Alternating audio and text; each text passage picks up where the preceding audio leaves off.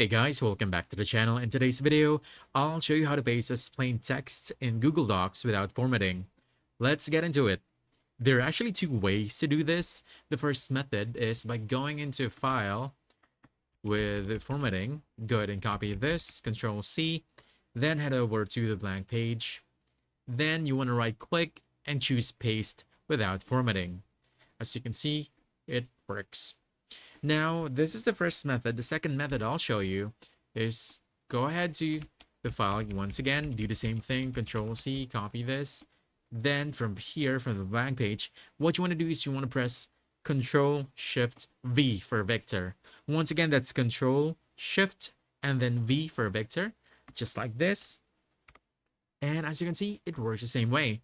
Now you can go ahead and paste as plain text in Google Docs without formatting. And that's it. If you found this helpful, don't forget to hit that like button, subscribe for more quick guides, and I'll see you in the next one.